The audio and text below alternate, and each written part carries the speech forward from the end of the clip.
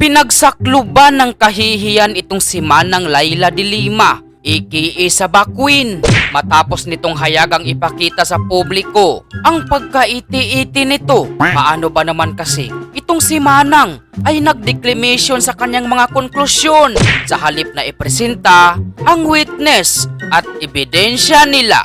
Kapag ang isang impeachable officer, tulad ng pangalawang Pangulo, ay nabuso ang kapangyarihan sa paraang sumisira sa accountability. Bunga ng naging iti-iting galawan na ito ni Manang Laila ay nasupalpal siya ni Attorney Michael Pua at napangaralan pa ng presiding officer na si Chis Escudero.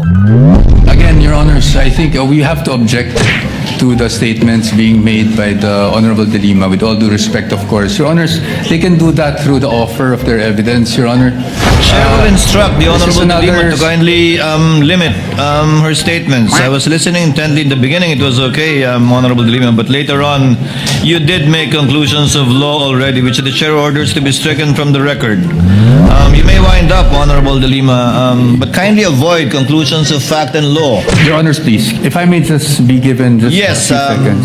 Your Honors, ang naging problema natin nung huling pagkakataon na pinayagan natin yung ganitong statement at sinasabi na nga ng presiding officer is kahit naman i-strike off the record natin, narinig na po at nasabi na. So to allow, Your Honors, again, a continuation of such is really goes into the matter of fair play, Your Honor.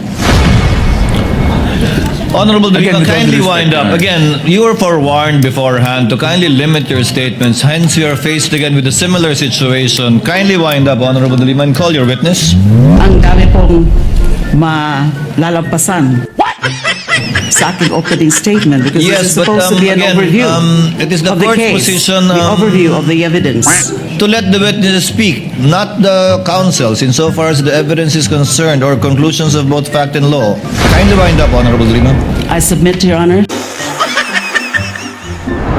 Matapos mapagsabihan at mawarningan, ay tila wala talagang kadaladala itong si Manang Laila nang ipinagpatuloy pa rin ito ang kanyang paglalahad ng konklusyon. When the Filipino people entrusted their money to Vice President Sara Duterte, was that trust honored? Baliw ka yata eh.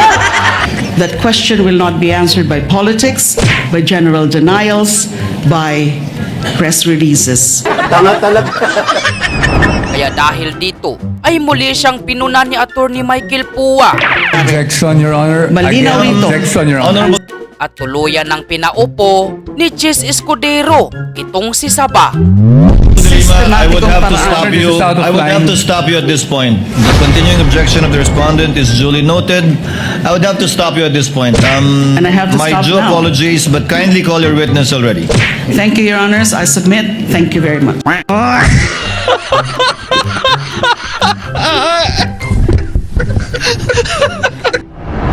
Lumabas naman ang pagkapingklawan na galawan nitong si Bam Aquino kung saan pilit nitong iginigiit na suspicious ang naging transaksyon ng Office of the Vice President sa pagwi-withdraw nito ng halaga ng pera para sa kanilang opisina.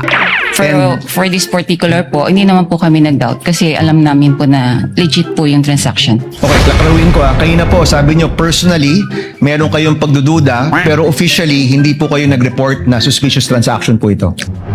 Ngunit sa kabila ng pagpupumilit nitong si Bam Aquino na palabasing suspicious, ang naging transaksyon ng OVP ay nanindigan itong dating manager ng Land Bank na hindi suspicious ang pag-withdraw ng pera ng OVP kundi unusual lamang.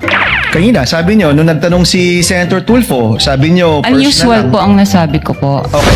So kahit at sa tingin po nyo, unusual ito, hindi nyo po ito ni-report bilang suspicious transaction. Hindi po pwede magsabi po na na nag-report po kami dahil nga po i-invoke po yung AMLA law. Kung saan tila nagmukhang iti-iti itong si Bam Aquino na kulang sa presence of mind. Okay, so covered definitely kasi it's above 500,000 pero yung suspicious transaction ayaw nyo pong sabihin dahil covered po ito ng AMLA. Kasi para sa amin naman po ay talagang hindi naman po siya suspicious. Sige po. Sige po, yun na po muna. Maraming salamat, Mr. Presiding Officer. Sa kabila ng kayabangan nitong si Ilong Ranger, Joel Chihuahua, kung saan nag-aastang magaling itong walang iya, ngayon na tumayo na siya bilang prosekusyon, ay nagmukhang grade 1 lamang ang datingan ng pagtatanong nitong si Chua sa pagpipresenta sa witness nila. Madam Witness, para lang tayo nag-uusap, kaya relax lang po kayo. Madam Witness, gaano po kayo katagal na nagtrabaho sa Land Bank of the Philippines? Ang galing! Bilang isang empleyado. At trabaho, Ano po ba ang inyong functions and responsibilities? ang Kailan po kayo nagsimula maging department manager ng Show Boulevard branch? Kailan hanggang kailan po? Kung saan pati bata ay kayang sagutin ang katanungan niya.